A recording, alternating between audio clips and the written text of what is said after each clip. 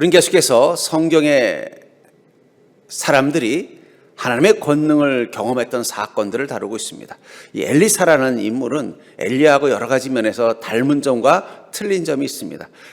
닮은 점은 하나님의 권능이 풍성히 임하는 삶을 살았다는 거고, 틀린 점은 뭐냐?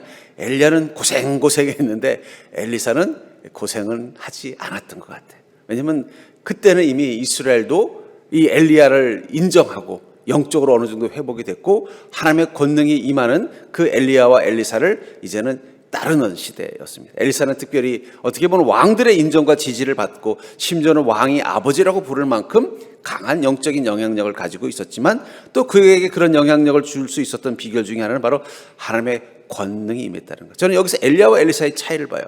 엘리야에게 임했던 하나님의 권능의 특징은 이스라엘 민족을 꾸짖는 데 썼다는 거예요. 왜냐하면 그때는 이스라엘 민족이 우상을 섬기고 있었습니다. 그러니까 어떻게 돼요? 이스라엘 민족이 계속 고통받는 거예요. 그 속에서 엘리야는 끝까지 그 사명을 감당하기 위해서 하나님이 어떤 권능을 주셨어요? 쌀이 떨어지지 않도록 도와주거나, 혹은 하나님께서 그 불을 통해서 이 제단에 있는 제물을 받아가시거나 그랬던 시절이었습니다.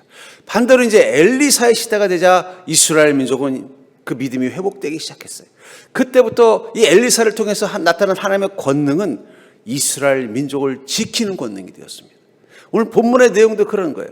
이 아람, 그 당시 때는 이스라엘의 가장 큰 위협이 됐던 나라가 바로 아람입니다. 지금으로 치면 시리아예요. 요즘 시리아 난리가 났잖아요. 거기가 원래 아람이라는 지역이에요.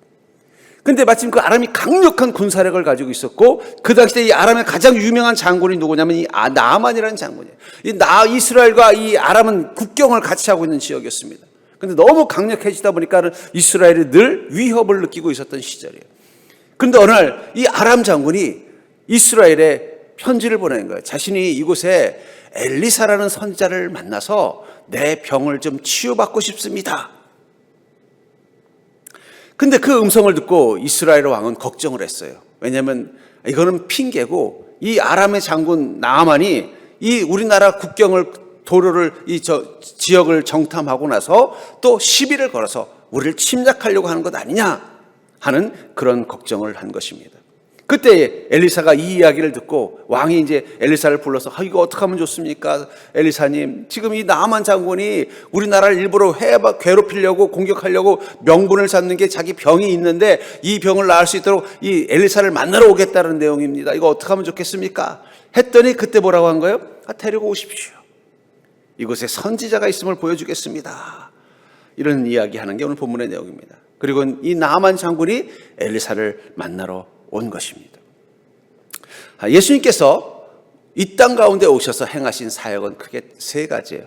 하나는 사하심, 우리의 죄를 사하신 것입니다.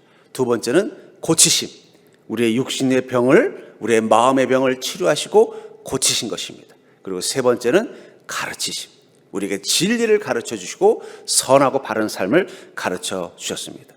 그러면서 예수 그리스도의 몸인 교회를 통해서 우리가 경험하는 영적 체험도 이 세 가지예요. 가르침, 고치심, 사하심. 특별히 이 고치심은 하나님의 그 권능이 강력하게 체험되어집니다. 우리가 사함 받았다는 건 잘 체험이 안 되죠? 여러분 이미 다 사함 받은 줄 믿으시기 바랍니다. 또 여러분들 하나님의 말씀으로 매일매일 배우고 가르치며 자라가고 있는 줄 믿습니다. 근데 가장 강력하게 하나님의 권능이 내게 임했다는 것을 경험하는 게 바로 이 고치심이라면, 바로 이 나아만 장군이 엘리사를 통해서 하나님의 권능을 경험하게 된 것입니다. 그 나병이 치유되는 은혜를 통해서 그는 이 이스라엘 땅에 하나님이 살아 역사하심을 믿고는 그가 돌아가서는 그가 있는 동안은 이스라엘을 침략하지 않았습니다. 우리 시대에도 하나님께서는 이 땅 가운데서 우리가 하나님의 그 권능을 경험하도록 인도하시는 줄 믿으시기 바랍니다. 하나님 지금도 여러분들 삶 가운데 역사하실 때 이 세 가지로 역사하신다고요. 뭐라고요? 사하시고 고치시고 가르치신다는 거예요. 성령님은 여러분들의 마음 가운데 날마다 가르쳐 주실 것입니다. 선한 삶, 바른 길을 가르쳐 주실 것입니다. 복된 길을 가르쳐 주실 것입니다. 어젯밤에도 하나님께서 저에게 꿈으로 계시해 주신 게 있었어요. 이게 무슨 뜻인가 하고 챗GPT에 물어봤더니 정확하게 하나님의 뜻을 알게 해주시더라고요. 저는 감사드려요. 제 인생에 어떤 중요한 결정을 하거나 고민이 있을 때면 하나님이 저에게 꿈을 통해서 이렇게 가르쳐 주시는 걸 많이 느껴요. 그리고 그 꿈이 실제로 그 뜻이고 답이라는 것을 나중에 결과를 보면서 확인할 때도 많이 있습니다. 이처럼 하나님께서는 우리에게 가르쳐 주시기도 하고 고쳐 주시기도 하고 우리 삶 가운데서 또 역사하십니다.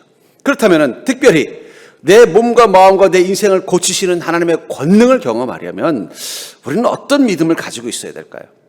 저는 이 나아만이라는 아람의 장군을 엘리사가 고쳐준 이 사건을 통해서 권능의 하나님을 경험하는 것이 무엇인지를 여러분들도 발견할 수 있기를 주의 이름으로 축복합니다. 분명한 건 지금도 하나님은 여러분의 삶 가운데 뭘 하신다고요? 사심, 그 다음에 고치심, 가르치심. 이 세 가지를 경험하고 사는 게 그리스도인이라는 것입니다. 먼저 하나님의 권능은요, 하나님이 주인이심을 선포하는 자에게 임한다는 사실을 꼭 기억하시기 바랍니다. 하나님의 권능은 하나님이 주인이심을 선포하는 자에게 임하는 것입니다. 본문 3절에 보니까 그의 여주인에게 이르되 우리 주인이 사마리아에 계신 선지자 앞에 계셨으면 좋겠나이다. 그가 그 나병을 고치리이다 하는지라. 이 나아만은 아람 장군인데 이 나병에 걸린 거예요. 이 당시 나병은 불치병이었습니다. 이 나병 때문에 고생하고 있어서 근심하고 있었던 그의 아내가 걱정하니까 마침 이 유대 땅에서 포로로 끌려간 여종이, 그래서 말 노예가 있었던 것 같아요. 이스라엘에서 이제 포로로 끌려가서 종이 된 거죠. 근데 이 아이는 이 엘리사에 관한 소문을 잘 알고 있었어요. 권능을 행하는 하나님의 이 선지자라는 걸 알고 있었어요. 그래서 뭐라고 말하는 거예요? 주인님, 제가 살던 고향에 이 엘리사라는 선지자님이 계신데 이분은 엄청난 하나님의 권능을 가지고 있습니다. 이런 나병 정도는 그냥 쉽게 고치실 것입니다. 이 말을 듣고는 이 나아만은 지푸라기라도 잡고 싶은 마음으로 어떻게 한 거예요? 온 것입니다. 그래서 지푸라기라도 잡고 싶은 마음으로 이 달려왔을 때, 그가 왔을 때 하나님께서 그를 만나 주시도록 이 엘리야를 통해서 말씀하신 것입니다. 이 나아만을 이 엘리야 이스라엘 땅에 올 때 이스라엘 왕이 두려워했던 것은 에이 설마 이 병 때문에 왔겠어? 방문 목적을 정탐이나 혹은 시비를 걸어서 우리를 침략하려고 하는 것은 아닐까 하는 생각을 한 것입니다. 그자 엘리사가 이 얘기를 듣고서 뭐라고 말해요? 걱정하지 마십시오. 그가 이스라엘 중에 선지자가 있는 줄을 알리이다.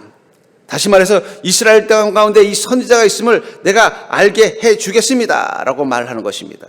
그리고 어떻게 됐어요? 엘리사를 통해서 그 나병이 나음을 입었습니다. 그리고 그 병이 낫고 나서 돌아간 나아만은 어떻게 했을까요? 아람 왕이 우리 이스라엘을 공격해야 될 거 아니야? 그러면 안 하는 게 좋겠습니다. 그랬을 거예요. 왜요? 거기는 군대도 별 볼 일 없고 왕도 시원찮지만 엘리사를 통해 제가 깨달았습니다. 거긴 권능의 하나님이 지키고 계십니다. 권능의 하나님이 지키고 계시나는 엘리사 선지자를 통해서 하나님의 말씀이 임하고 능력이 임하는 한은 가지 않는 게 좋겠습니다. 우리도 우리 인생 가운데 이 나만 장군처럼 하나님의 권능을 경험할 때가 있다는 것을 기억하시기 바랍니다. 하나님의 권능이 우리를 지켜주신다면 내가 가지고 있는 어떻죠? 여기 이스라엘은, 이 북이스라엘은 지금 오랫동안 어려움을 겪으면서 국력이 많이 쇠약해졌어요. 이제 아람이 끝나고 나면 이제 시리아가 아수르에서 계속 괴롭힘 당하다가 결국은 멸망을 당합니다. 그만큼 국력이 약해진 상태였던 거예요. 그러니까 아람 장군 나아만 눈에 보면요, 왕도 겁이 많고 백성들도 형편없고 무기도 없고 마음만 먹으면 언제든지 무찌를 수 있지만 거기 누가 있는 거예요? 엘리사가 있는 거예요. 엘리사가 있는 한은 우리가 절대 건드리면 안 되겠다라고 생각한 것입니다. 왜 그렇습니까? 엘리사가 뭘 의미하는 거예요?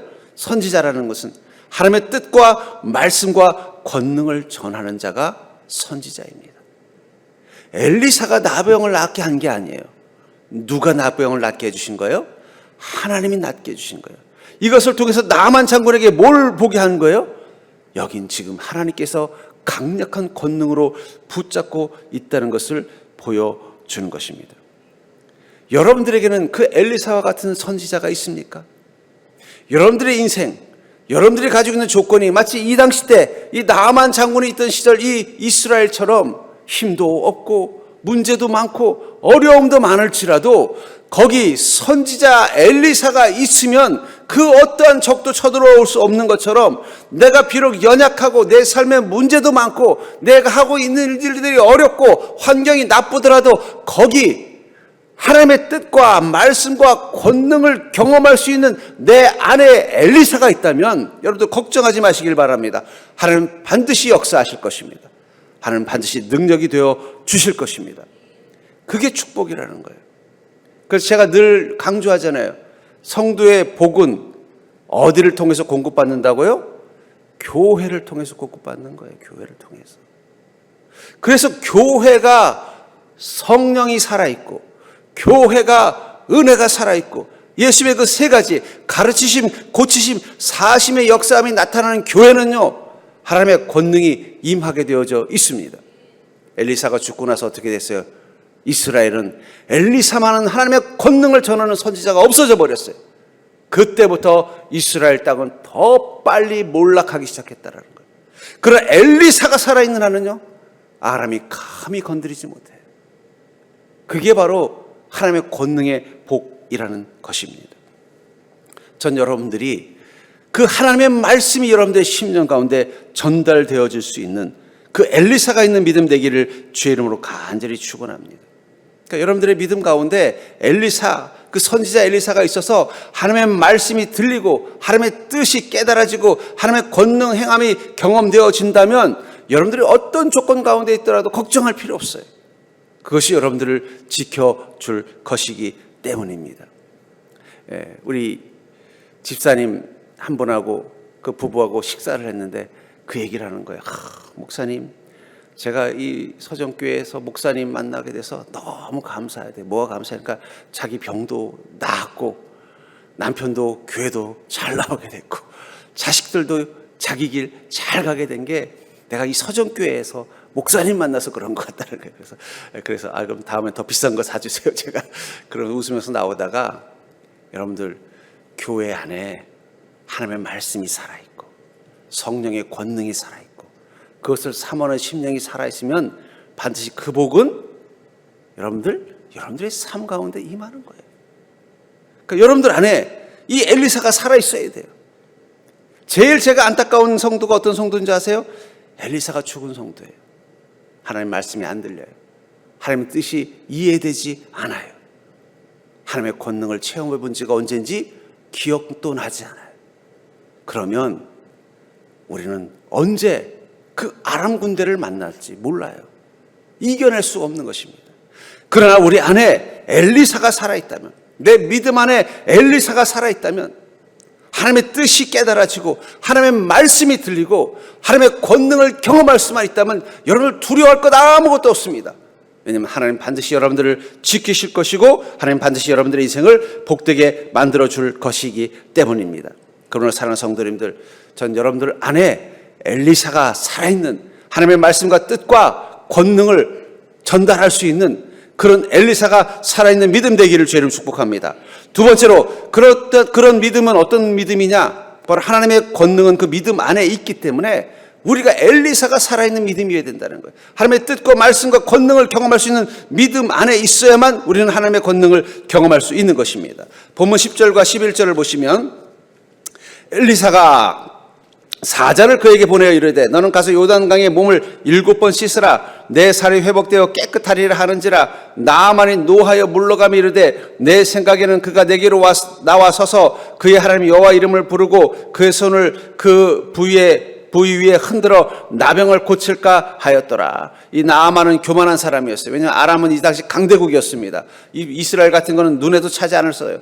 그리고 그곳에 가서 자기가 몸에 병이 있으니까 이렇게 왔지, 이것만 아니면 쳐다보지도 않을 것 같은 이곳에 왔으니까 자기가 아람 왕의 군대 장관인 자기가 온다고 하면은 알아서 막 왕이 와서 그냥 어서 오십시오 하고 엘리사가 바로 이 바깥에서부터 기다리고 있다가 아이고 어서 오십시오 하고 기도해 줄 줄 알았더니 대뜸 사환을 보내가지고 자기 제자를 보내서 뭐라 그래요? 그 엘리사 스승이 말씀하시는데요, 굳이 올 필요 없고 저 요단강강에서 7번만 몸을 씻으면 된답니다. 그 순간 나아만이 화가 난 거예요. 아니 내가 누군데 직접 와서 아이고 나아만 장군님 어서 오십시오. 그 병 하나님이 치료해 줄 것입니다. 거기다 손을 얹고 막 기도를 해줄 줄 알았더니 코빼기도 안 보이고 어떻게 한 거예요? 자기 제자 보내가지고 저 엘리사 스승님이 하시는데 굳이 올 필요 없고 저 요단강에 가서 7번 몸 담그면 됩니다 라고 말한다는 거예요. 그러면서 화가 나서 뭐라고 말해요? 12절에 보면 이렇게 말합니다. 다메섹강, 여기 아람 땅에 있는 시리아 땅에 있는 다메섹강 아바나와 바르발은 이스라엘 모든 강물보다 낫지 아니하냐? 내가 거기서 몸을 씻으면 깨끗하게 되지 않냐랴 하고 몸을 돌려 분노하여 떠나니라. 내가 이 요단 강물이 뭐 그렇게 깨끗해? 우리 동네에 있는 강물이 더 좋은데 내가 거기 가 씻으면 되지 하고 화를 내면서 가버리려고 한 거예요. 그 왜 요단강에서 몸을 씻으라고 했을까요? 요단강은 하나님의 땅의 경계입니다. 이스라엘 민족이 광야를 헤매다가 이 하나님의 약속의 땅을 들어갈 때 그 입구가 어디였어요? 요단 강물이었어요. 요단 강을 지나야 하나님의 땅이 시작되는 것입니다. 하나님의 땅은 뭘 말하는 거예요? 믿음의 세계를 말하는 거예요. 여러분, 우리는 요단 강을 지나야 믿음의 세계를 들어가는 것입니다. 그래서 예수님이 침례를 어디서 주셨어요? 요단 강에서 침례를 주셨어요. 그러니까 이 침례의 정신은 뭐예요? 이제 믿음의 세계로 들어가라는 거예요. 여러분들, 믿음이 바로 요단강과 같은 것입니다. 우리가 믿음을 가지고 사는 그 순간부터 우리는 어느 세계로 들어가는 거예요? 하나님이 다스리는 영적인 세계로 들어가는 것입니다. 굳이 저 이스라엘 요단강까지 갈 필요 없어요. 내 안에 믿음이 요단강입니다. 그 믿음 안에 7번 잠그라는 건 뭘 말하는 거예요? 7번은 완전한 숫자예요. 발만 담그지 말고 너의 모든 걸 다 믿음 가운데 푹 잠그라는 거예요. 그 말은 다른 말로 표현하면 너의 인생의 중심축이 더 이상 육이 아니라 영이 되게 하고 너의 생각과 너의 판단이 아니라 믿음이 되게 하라는 것입니다. 그 순간부터 너에게 무엇이 나타난다는 거예요? 권능이 임한다는 거예요. 히브리서 11장 29절에 보니까 믿음으로 그들은 홍해를 육지같이 건넜으나 애굽 사람들은 이것을 시험하다가 빠져 죽었으며. 어떻게 했다고요? 그들은 믿음으로 홍해를 들어가니까 어떻게 됐어요? 홍해가 갈라졌다는 것입니다. 육지같이 건넜다는 거예요. 그리고 애굽 사람들은요, 믿음도 없이 그 홍해를 건너려다가 어떻게 됐다고 말하고 있어요? 다 빠져 죽었다는 거예요. 믿음으로라는 것은 우리가 믿음으로 선택하면서 사는 것입니다. 여러분들이 생각할 때 믿음으로 생각하십시오. 말할 때 믿음으로 말하십시오. 행동할 때 믿음으로 행동하십시오. 결정할 때 믿음으로 결정하십시오. 그게 바로 요단강에 7번 몸을 담그는 것입니다. 내 생각, 내 마음, 내 의지, 내 삶을 믿음에 푹 담그십시오. 그러면 그 믿음 안에서 어떤 일이 난다고요? 나아만 장군이 7번 요단강에 몸을 담궜더니 나병이 깨끗이 낫는 것처럼 우리 인생의 문제가 하나님의 권능으로 해결되고 치유되는 것을 보게 될 줄 믿습니다. 그게 쉬울 것 같죠? 우리의 자아는 언제나 굳건합니다. 없애면 또 나오고 없애면 또 나오고 자르면 또 자르고. 제가 어릴 적에 이 사마귀가 좀 여기 생긴 적이 있었는데요. 이 사마귀는 자르면 또 생겨요. 그래서 습관이 있었어요. 맨날 물어뜯는 습관이 있었어요. 왜냐면 이게 없으면 또 나고 없으면 또 나고 없으면 또 나고. 우리 자아가 그래요. 그게 있는 한은요, 늘 믿음 안에 들어가는 게 조심스럽고 낯설고 힘듭니다. 그렇기 때문에 우리에게는 어떤 용기가 필요해요? 그 요단강에 들어가려고 하는 그 용기 있는 믿음이 필요하다는 거예요. 여기 이 애굽 사람들이 이 홍해를 갈 때 시험하다가 빠져 죽었다. 믿음이 없다라는 거예요. 믿음 없이 살면 그리스도인들이 더 위험합니다. 만약에 이 애굽의 군대가 이스라엘 민족이 이 홍해를 믿음으로 가르고 지나가는 걸 보지 않았다면 그들은 안 건너갔을 거예요. 근데 어떤 생각? 야, 쟤네들도 건너가는데 내가 못 건너가? 자신들은 믿음이 없는 자이고 이 이스라엘 민족은 믿음에 가진 자들이라는 사실을 생각하지 못하고 이스라엘 민족도 건너가는데 내가 왜 못 건너가? 하고 건너가도 어떻게 된 거예요? 다 물에 수장된 거예요. 여러분, 우리가 믿음으로 살면 요단강물에 우리 몸을 7번 담그듯 믿음 속에 푹 잠긴 삶을 살면 우리는 날마다 하나님의 권능을 경험할 것입니다. 근데 어느 순간 그 믿음을 잃어버리면요, 그 순간 내가 지금까지 살아왔던 삶의 모습이 오히려 나를 더 위험하게 만들 수 있다는 거예요. 왜냐하면 그 순간 마귀는 더 강력하게 우리를 공격할 것이기 때문이라는 거예요. 우리는 이미 믿음으로 살기로 결단한 자입니다. 하나님의 권능으로 살기로 결단한 자입니다.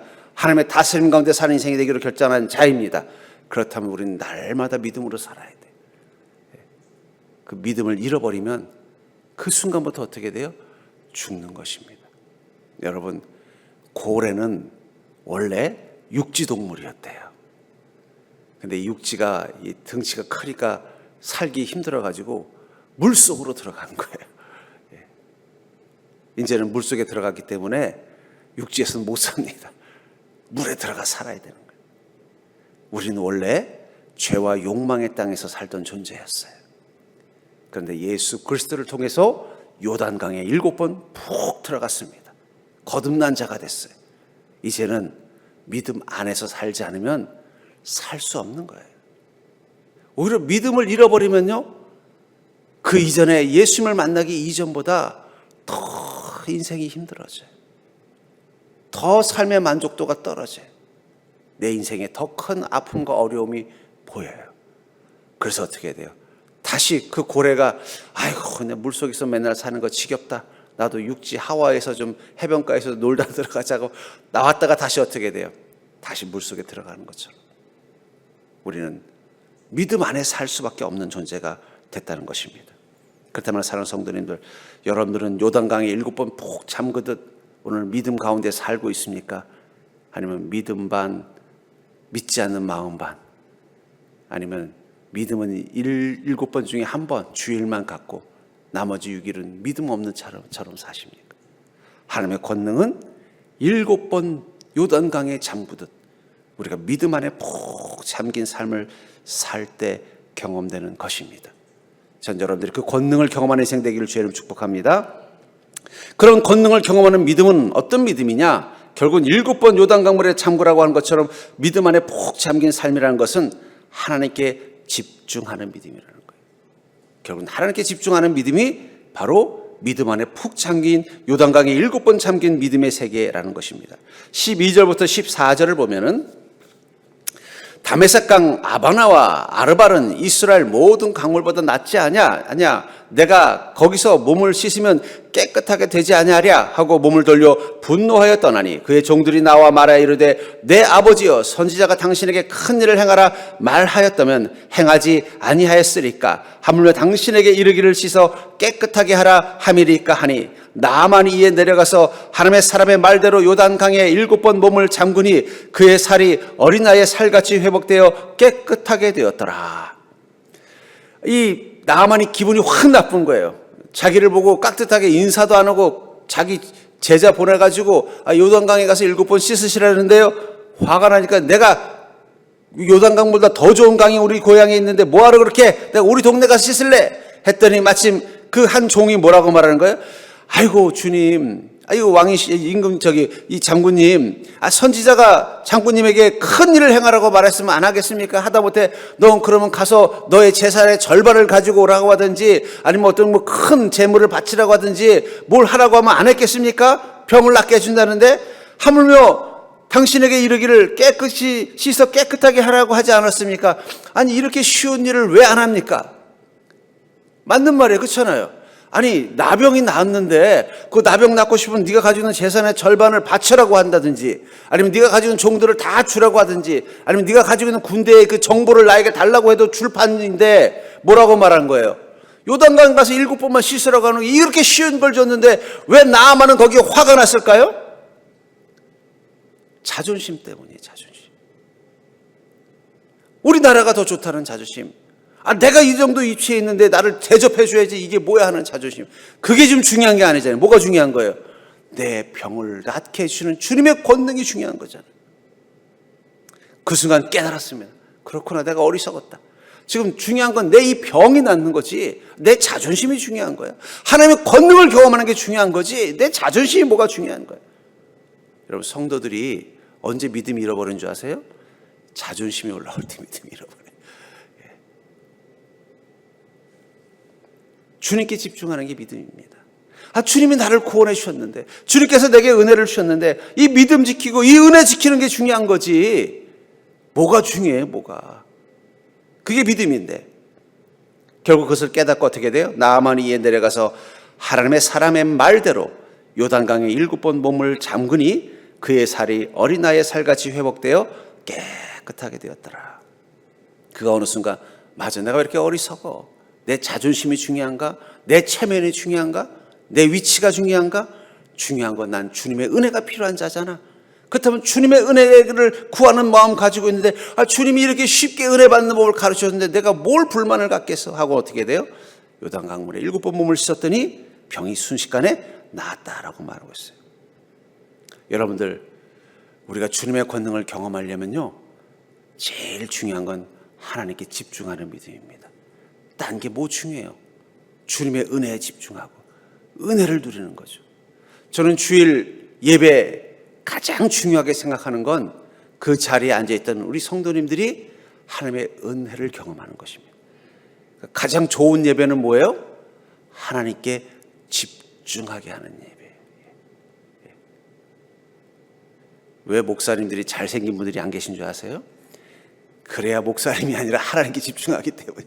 여기다 장동것이 놔봐요. 그럼 성도들이 십자가 보라 다 장동것이 쳐다보지. 하나님께 집중하는 게 믿음이에요. 전 여러분들이 우리 교회 오면은 주님께만 집중하는 믿음 되기를 주의로 축복합니다. 옆자 집사님이 뭐가 중요해요? 나 저 집사님 옆에 안 앉아. 그게 뭐 중요해요? 하나님께 집중해 보십시오. 저 집사님 기도할 때 저 집사님 기도 소리가 들려서 불편해. 그게 뭐 중요해요? 하나님께 집중하면 안 들립니다, 여러분들.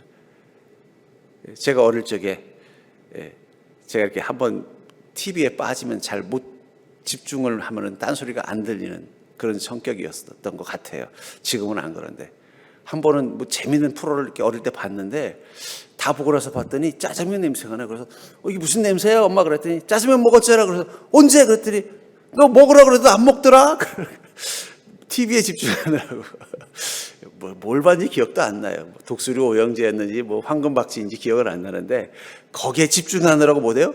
짜장면을 갖고 왔는데도 그걸 몰라가지고 저는 못 먹어서 그래가지고 그냥 못 먹었다고 울었던 기억이 제가 지금도 납니다. 어머니가 그때를 기억하고 툭하면 아이고 이것은 그냥 한번 빠지면은 모른다고.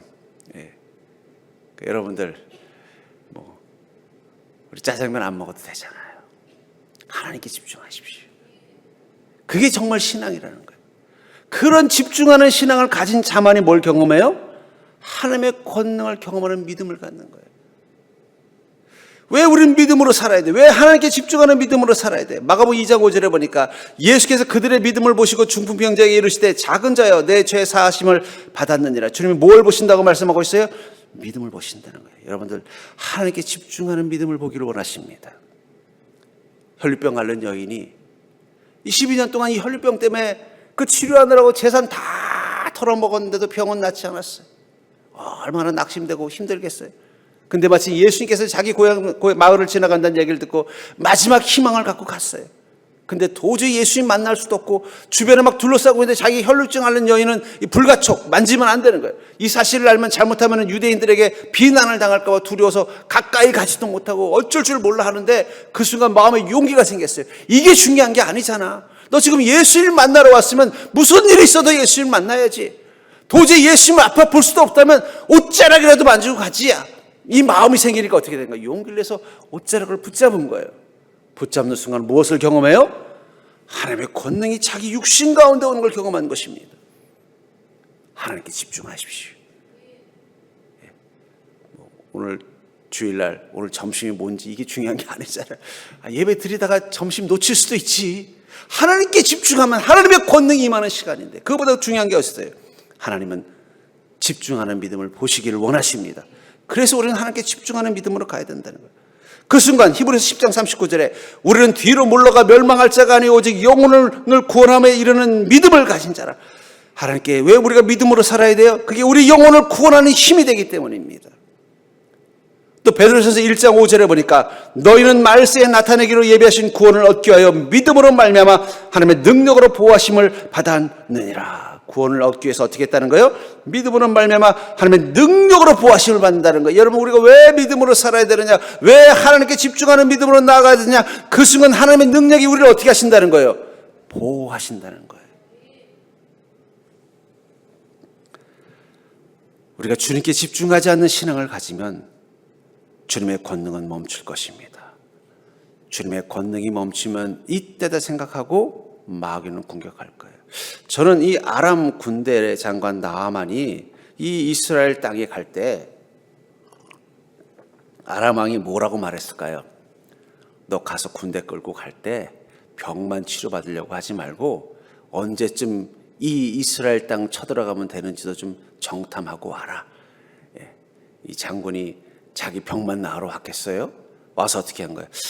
이스라엘을 한번 공격은 하긴 해야 되겠는데 어느 성을 어떻게 쳐야 되고 이 왕을 어떻게 공격하고 이런 고민하면서 왔을 거예요. 분명히 이스라엘 왕이 아무리 멍청하다고 해도 그 다 알을 수 있는 거예요. 그런데 주님의 권능이 강력하게 역사하니까 어떻게 돼요? 아이고, 건드리면 안 되겠구나. 여기 잘못 건드렸다가는 나도 나병도 다시 도지고 우리 아람 나라 큰일 나겠구나. 그리고 어떻게 해야 돼요? 뒤도 안 돌아보고 돌아가는 것입니다. 이스라엘 민족이 하나님께 집중하는 믿음이 없었다면 어떻게 됐겠어요? 아람에게 공격당했을 거예요. 그런 의미에서 여러분들, 우리는 하나님께 집중하는 믿음 가지셔야 돼요. 우리는 어차피 하나님의 권능으로 사는 자입니다. 우리는 하나님이 주시는 복으로 사는 자입니다. 그 복을 빼앗기지 않기 위해서도 어떻게 해야 돼요? 하나님께 집중하셔야 돼요. 시편 34편 18절부터 20절에 보니까 여호와는 그를 경외하는 자 곧 그의 인자하심을 바라는 자를 살피사 그들의 영혼을 사망에서 건지시며 그들이 굶주릴 때 그들을 살리시는도다. 우리 영혼이 여호와를 바라며 그는 우리의 도움과 방패시로다. 여러분들, 우리가 하나님께 집중하는 믿음을 갖는다는 게 뭘 말해요? 우리 안에 하나님을 경외하는 마음이 우리 마음속에 가득한 것입니다. 하나님을 경외하면은요, 우리는 하나님 중심으로 살 수밖에 없습니다. 무엇을 하든 하나님 먼저 생각해. 저희 아버님이 아주 엄하셨어요. 그래서 저희 형제들이 아버지를 너무너무 무서워했어요. 그러니까 뭘 할 때마다 뭘 얘기해요? 야, 이거 하면 아빠한테 혼나. 이게 제일 중요한 거예요. 야, 이거 하면 아빠한테 혼날 것 같은데 그럼 하지 말까? 그럼 우리 삼형제 안 하는 거예요. 야, 이거 아빠 오시면. 그리고 엄마도 저희를 다루실 때 어떻게 하는지 아세요? 너 이따 아빠 오면 말한다 그러면 우리 알았어, 안 할게. 바로 꼬리 내리는 거예요. 그게 경외입니다. 여러분들, 믿음은 하나님을 두렵게 만들어요. 믿음이 떨어지면 하나님이 두려워지지 않아요. 믿음이 높아지면 높아질수록 하나님이 두려워집니다. 그렇기 때문에 더 어떻게 돼요? 하나님이 원하시는 것만을 하기를 원하고 하나님이 원하시는 삶만을 살기를 원하고 하나님이 원하시지 않는 삶을 살 때마다 내 마음에 더 두려움이 생기는 거예요. 그런 하나님께 집중하는 믿음을 가지고 있는 자에게 어떤 마음이 될 수밖에 없어요. 주님께 은혜를 바란다는, 그의 인자심을 바란다는 거예요. 그럼 하나님께서 그들의 삶을 살피시고 그들을 살리신다고 말하고 있는 것입니다. 하나님의 권능을 경험한다는 것입니다. 전 그럼 사랑하는 성도님들, 하나님께 집중하는 믿음을 회복하십시오. 하나님께 집중하는 자에게 하나님이 권능을 주시는 것입니다. 다른 거 보실 거 없어요. 주님만 바라보십시오. 어떤 상황, 어떤 문제 가운데서도 주님에게만 집중하십시오. 우리가 왜 모였어요? 옆에 집사님 만나서 차 한잔하려고 만난 게 아니라 주님 만나려고 온 것입니다. 예배에서 가장 중요한 건 주님을 만나는 시간을 경험하는 것입니다. 주님에게만 집중하십시오. 주님의 음성만 들으십시오. 주님의 뜻만 발견하십시오. 그러면 주님의 권능을 경험하게 될 줄 믿습니다. 그런 의미에서 우리 금요 예배는 깊은 기도의 시간이에요. 어떤 기도의 시간이에요? 하나님께 온전히 집중할 수 있는 시간. 더 강력한 하나님의 살피심과 살리심을 경험할 수 있는 시간이 어쩌면 주일 예배보다 이 금요 예배가 더 좋아요. 왜냐하면 하나님께 온전히 집중할 수 있기 때문에. 어차피 내일 쉬잖아요. 어차피 오늘 밤늦게까지 할 일도 없잖아요. 얼마나 좋습니까? 여러분, 더 집중해서 하나님께 기도하십시오. 더 주님께서 여러분들에게 주시는 말씀과 음성을 들으십시오. 그럼 여러분들 하나님의 권능을 경험하는 시간을 경험하게 될 줄 믿습니다.